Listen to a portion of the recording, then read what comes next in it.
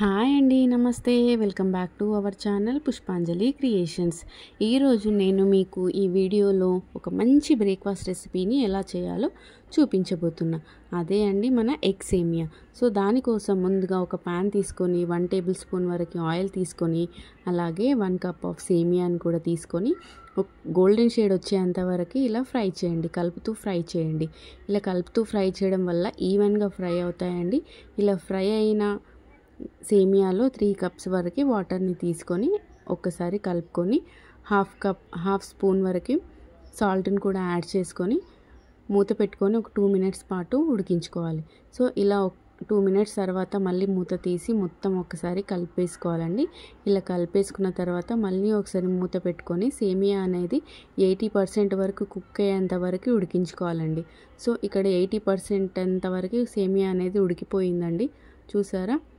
ఇలా ప్రెస్ చేస్తే మొత్తం మనకి ఉడికిపోవాలి. ఇలా ఉడికిపోయిన సేమియాని స్ట్రెయిన్ ఆఫ్ చేసుకోవాలండి.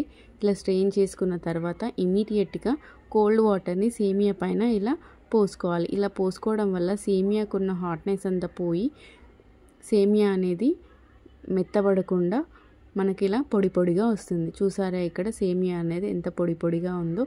సో అదే ప్యాన్లో ఒక 2 టేబుల్ స్పూన్స్ వరకు ఆయిల్ తీసుకొని ఆయిల్ మొత్తం ప్యాన్కి స్ప్రెడ్ అయ్యేటట్లుగా ఒకసారి అనుకొని, నేను ఇక్కడ 3 ఎగ్స్ని యూజ్ చేస్తున్నానండి. మీకు ఎక్కువగా ఎగ్స్ కావాలి అనిపిస్తే మీరు ఎక్కువగా అయినా యూజ్ చేసుకోవచ్చు. ఇలా 3 ఎగ్స్ని నేను ప్యాన్లో వేసుకున్నాను. దాంట్లో కొంచెం సాల్ట్, కొంచెం కారం పొడి, కొంచెం ధనియాల పొడి, వీటన్నిటిని వేసుకొని వీటన్నిటిని ఒకసారి కలిపేసుకోవాలండి. ఎగ్స్ని కూడా చిన్న చిన్న ముక్కలుగా తీసేసుకోవాలి. ఇలా చిన్న చిన్న ముక్కలు అయ్యేంత వరకు కట్ చేసుకొని తీసేసుకోవాలి. ఎగ్ అనేది మనకి గోల్డెన్ షేడ్ వచ్చేంతవరకు ఫ్రై అవ్వాలండి. లేదా మనకి పచ్చివాసన అనేది మనకి సేమియాలో క్లియర్గా తెలుస్తుంది. సో అందుకోసమని గోల్డెన్ షేడ్ వచ్చేంతవరకు ఇలా ఫ్రై చేయాలి.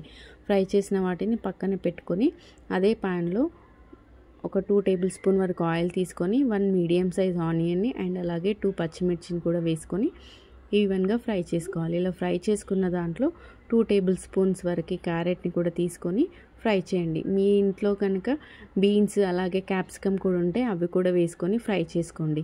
నేను ఇక్కడ కొంచెం అంటే హాఫ్ స్పూన్ వరకు అల్లం వెల్లుల్లి పేస్ట్ యూస్ చేస్తున్నానండి. అల్లం వెల్లుల్లి పేస్ట్ అనేది ఆయిల్లో పూర్తిగా మగ్గిపోవాలండి. ఇలా మగ్గిపోయిన దాంట్లో 2 రెబ్బల వరకు కరివేపాకును కూడా యాడ్ చేసి ఒక్కసారి ఫ్రై చేయండి. ఇలా ఫ్రై చేసిన దాంట్లో మనం ముందుగా ఉడకబెట్టుకున్న సేమియాని కూడా యాడ్ చేసుకొని ఇలా ఒక్కసారి మొత్తం కలిపేసుకోవాలి.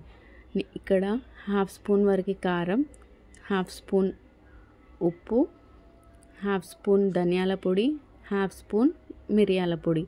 సో వీటన్నిటినీ ఒక్కసారి మళ్ళీ కలిపేసుకోవాలండి. ఎక్కువగా కలుపుకూడదండి సేమియాని. ఎక్కువగా కలుపుకోవడం వల్ల సేమియా అనేది విరిగిపోతుంది. సో లైట్గా కొంచెం కలిపేసుకొని ఇలా టాస్ చేసుకోవాలండి. నేను ఇక్కడ 2 టేబుల్ స్పూన్ వరకు లెమన్ జ్యూస్ని యూస్ చేస్తున్నాను.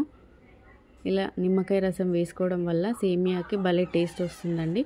ఇలా వేసుకున్న సేమియాని ఒక 2 మినిట్స్ పాటు ఉడికించుకొని మనం ముందుగా ఫ్రై చేసుకున్న ఎగ్ బుర్జిని కూడా దీంట్లో వేసుకొని ఒక 2 మినిట్స్ పాటు ఫ్రై చేసుకోవాలండి. అంతే అండి, ఎంతో సింపుల్ అయిన టేస్టీ అయిన ఎగ్ సేమియా రెడీ. సో మీరు కూడా ఇది ఇంట్లో ట్రై చేయండి. ఎలా వచ్చిందో నాకు కమెంట్స్లో మెన్షన్ చేయండి. అండ్ సబ్స్క్రైబ్ చేసుకోవడం మాత్రం మర్చిపోకండి. Please subscribe to my channel and thank you.